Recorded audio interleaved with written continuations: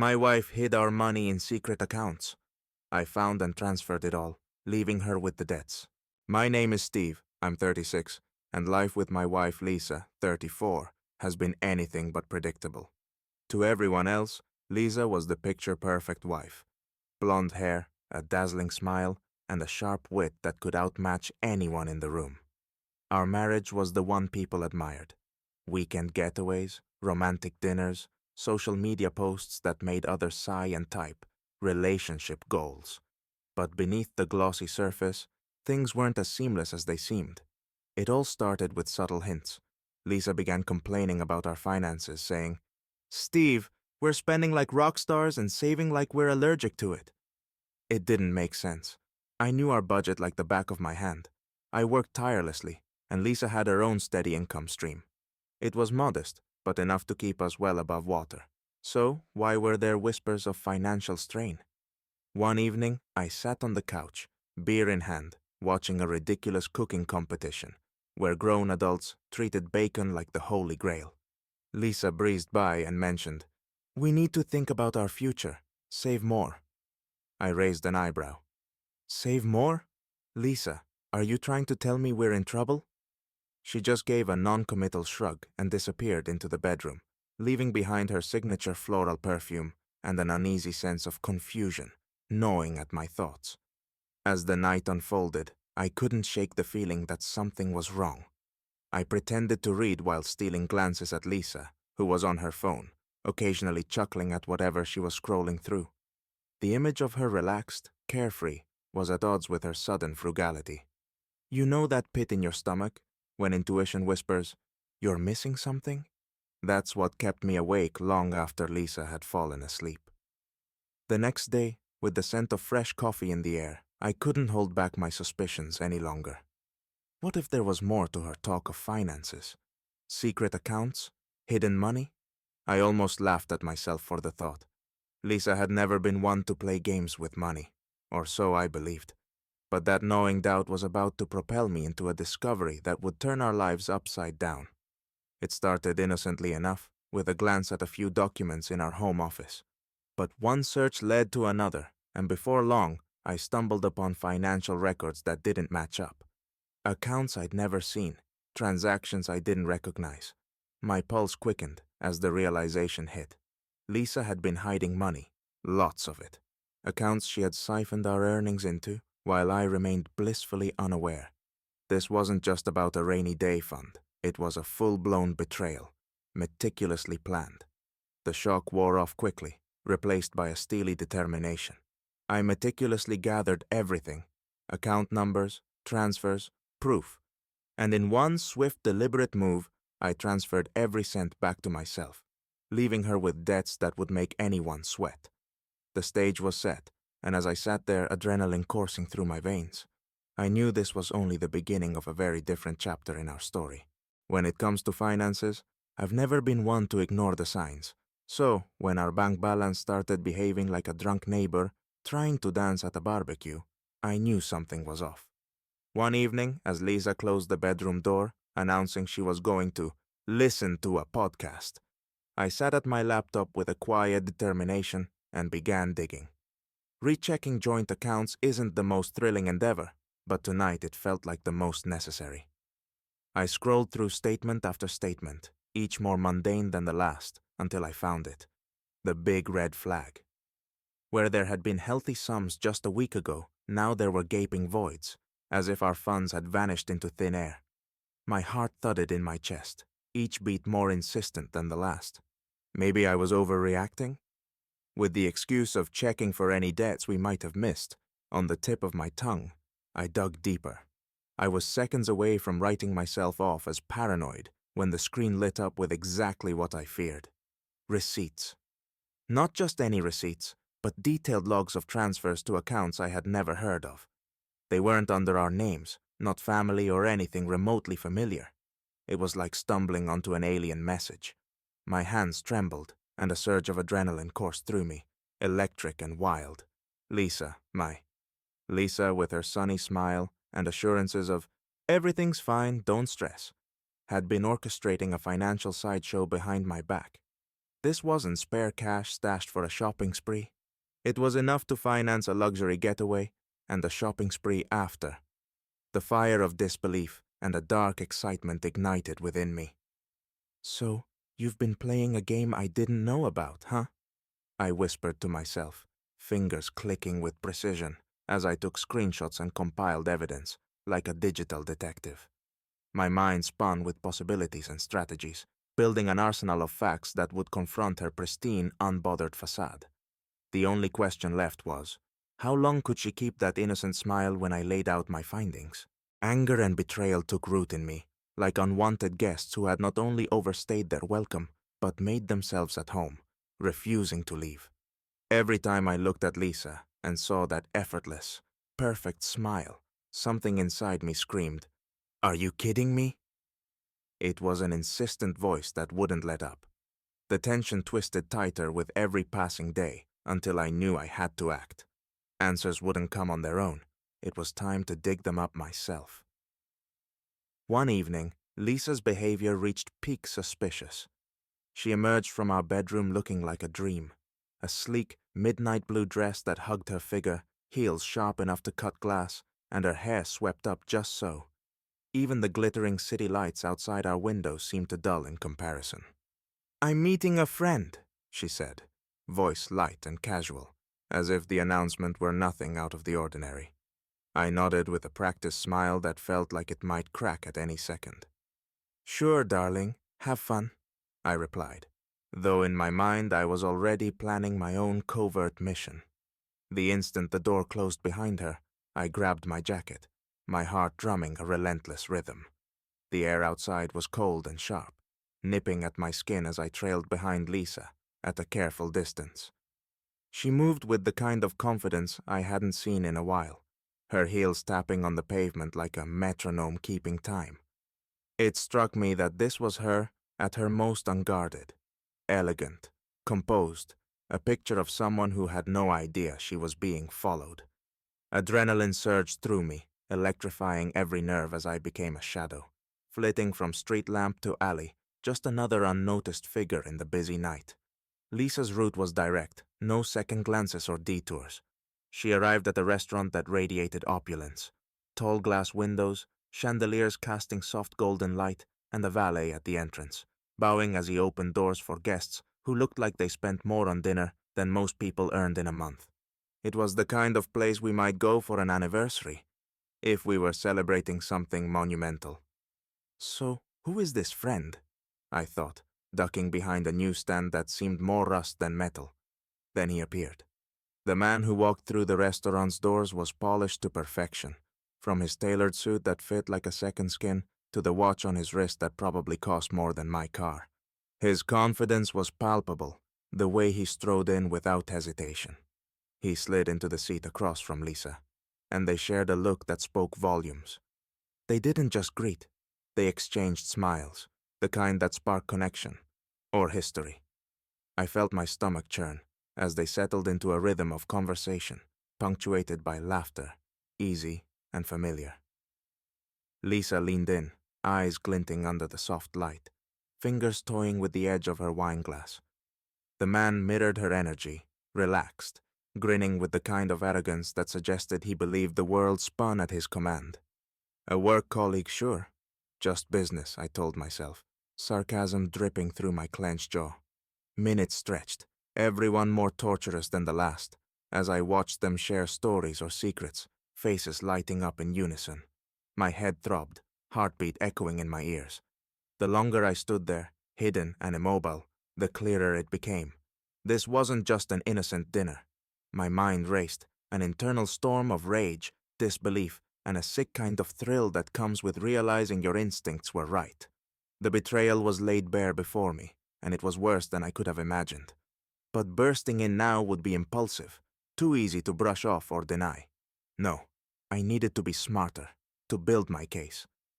With fists clenched so hard my knuckles turned white, I let the scene play out, capturing every detail in my mind, every shared laugh like another nail in the coffin. Tonight was just the beginning, and when the time came, the truth would hit her with the force of a storm. Back at home, The jingle of my keys as they hit the table seemed almost mocking. The silence that followed was loud, pressing down on me as I started pacing the room, my footsteps reverberating off the walls like the pounding of my heartbeat. It felt as if my entire world had been upended, but I wasn't about to let it fall apart without a fight. Every time I pictured Lisa's carefree smile and the easy way she'd say, "Don't worry, everything's fine," my rage burned brighter. "You want to play spy games, Lisa? Let's see who's really holding the cards." I sat down at my laptop, fingers flexing before settling on the keys with the kind of determination you see in action movies just before the hero takes on the impossible. This was more than a simple check.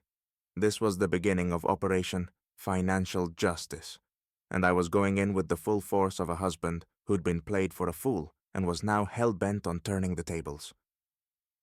Hours passed in a blur as I worked, the room lit only by the glow of my screen and the first dim hints of dawn creeping around the curtains.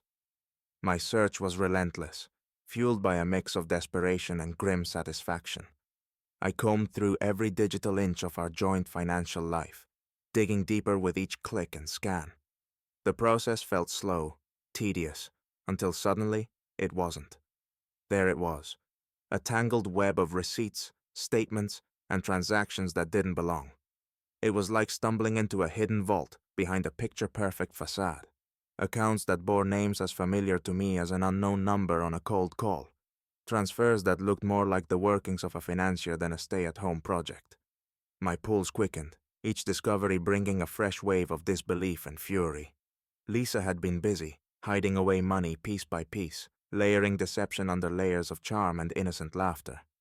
I leaned back in my chair, eyes darting over the digital evidence lined up before me, the cursor hovering over a particularly large transfer. My jaw clenched as the pieces clicked into place.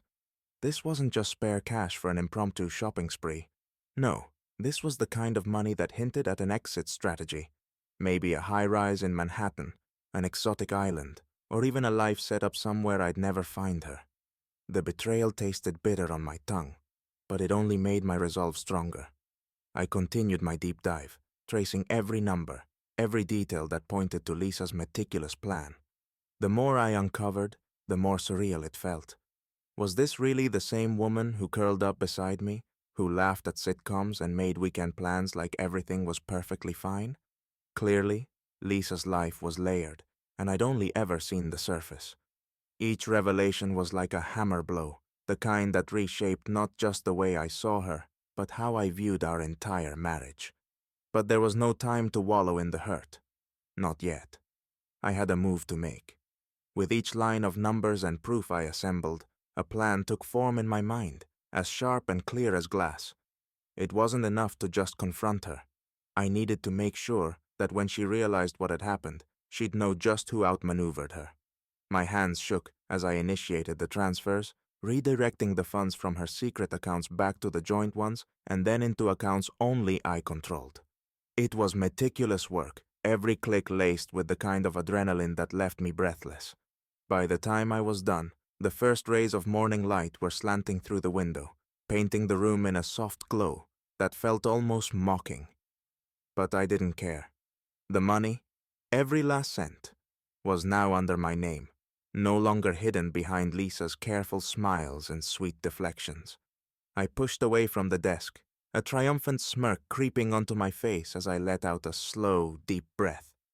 The exhaustion settled in my bones, but it was coupled with a sense of victory. Surprise, Lisa. The rules of your game just changed, and now I'm the one holding the cards. The sun rose on a new day, but this one was mine. Finishing the final transfer felt like winning a championship against the devil himself. At that moment, I was the king of my own small financial revenge. I closed the laptop with a thud and leaned back in my chair, watching as the dawn light painted the room. A small grin crept across my face. Yes, it was daring. It was wrong. But damn, it felt so good. But euphoria doesn't last forever. A few days later, I heard the front door slam so hard the neighbor's cat probably jumped. Lisa stormed in, her face a mix of shock and fury, and I knew. The show was starting. She paced the living room like a cornered squirrel, her hands shaking as if she'd just gotten off a roller coaster. "Where the hell is the money?" Her voice trembled, and her eyes shot daggers. I kept watching TV, pretending to be engrossed in a documentary about koalas, barely holding back a smirk to keep from giving myself away. Calm was my new superpower. Grabbing her phone with frantic hands, she dialed her friend. Yes, the guy in the expensive suit. Her voice rose, nearly screaming into the phone. "It's gone! Do you understand? Everything!" Tears streamed down her face, and I had to pretend to change the channel to hide the strange pleasure I felt. For the first time in a long while, I was on top. "Is something wrong, honey?" I finally asked, tearing my eyes away from the screen and putting on the most innocent look I could muster. Lisa looked at me as if I were the world's biggest fool but stayed silent. Perfect. The game was on, and the first move was mine. Days passed after her frantic call to Mr. Fancy Suit, and the tension at home was thick enough to cut with a knife. Lisa moved around the apartment like an actress, waiting for her cue in a soap opera. But I knew this moment would come eventually, and I was ready to meet it head-on, with a smug grin and unnerving calm. One evening, as I sat on the couch pretending to read the news, Lisa approached me. Her glare was so sharp it could have cut glass. She stood with her hands on her hips like a tough detective from a 90s movie, her voice shaking with panic. "Are you hiding something from me?" Her voice was taut, like a string about to snap. I barely held back a laugh. I exhaled slowly and looked up as if coming out of deep contemplation. "Maybe you're the one hiding something," I replied with a hint of sarcasm and a sly smile. Lisa's eyes widened as if I'd just announced she'd won a trip to the moon. A moment of silence, then she tried to mask her fear, but it was too late. Her face betrayed everything. Her eyelids twitched, she bit her lip, and I saw panic fighting to keep a facade of composure. "What are you talking about?" she asked softly, but her voice lacked its usual confidence. The words rolled off her lips awkwardly, as if even she didn't believe them. I leaned back, stretched as if needing to loosen up after a long day, and said nonchalantly, "You didn't think I was blind, did you?" The silence that followed was thick, with even the ticking of the wall clock sounding like a judge's gavel. As soon as I finished speaking, Lisa shifted like a trapped mouse. Her eyes shimmered with tears, and her voice started to tremble like a bad karaoke singer. "Steve, it's not what you think really. I was just trying to secure us.